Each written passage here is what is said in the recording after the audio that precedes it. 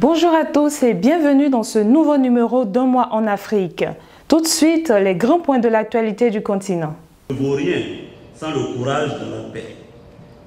Le mois de février 2019 a été marqué en Côte d'Ivoire par la démission de Soro Guillaume. L'ex-président de l'Assemblée nationale ivoirien a annoncé sa démission le vendredi 8 février dernier devant les députés ivoiriens.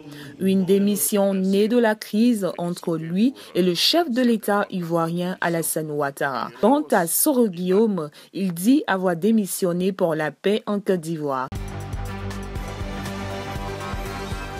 Direction la République démocratique du Congo où le président Félix Tshisekedi a invité la diaspora congolaise à regagner le pays en message à l'endroit des Congolais en exil depuis des années. En visite officielle au Congo-Brazzaville le 7 février dernier, le 5e président de la République démocratique du Congo a tenu à rencontrer et à écouter la communauté de son pays habitant le Congo-Brazzaville le 8 février 2019.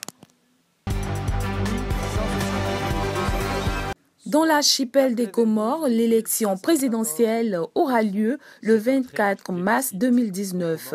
Une présidentielle qui s'annonce tendue avec une opposition qui déjà dénonce vigoureusement l'instrumentation de la Cour suprême qui vient d'invalider certaines candidatures jugées sérieuses face au président sortant Azali Assoumani. Après les Comores, direction le Sénégal. Après 3 semaines de campagne électorale, les Sénégalais ont élu leur président le dimanche 24 février dernier. Un scrutin avec 5 candidats. Le président sortant Macky Sall a remporté son pari d'être réélu dès le premier tour en regagnant 58,27% des suffrages.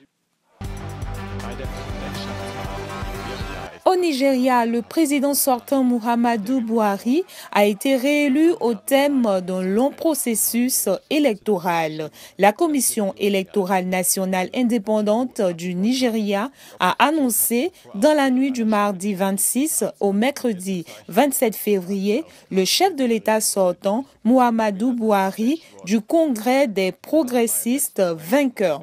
Il est donc réélu pour un deuxième mandat de 4 ans à la tête du pays, le plus peuplé de l'Afrique avec 56% des voix.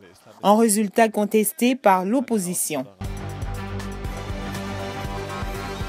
Un mot d'économie pour terminer. En Guinée, la Banque européenne d'investissement a débloqué 130 millions d'euros pour financer l'interconnexion des réseaux électriques avec le Mali. Ce projet doit permettre de raccorder des milliers de foyers, mais aussi de développer le recours aux énergies renouvelables. La mise en œuvre du dit projet permet de raccorder quelques 200 000 personnes à l'électricité. C'est la fin de ce numéro d'Un mois en Afrique. Merci de votre attention. Je vous donne rendez-vous dans un mois. D'ici là, portez-vous bien.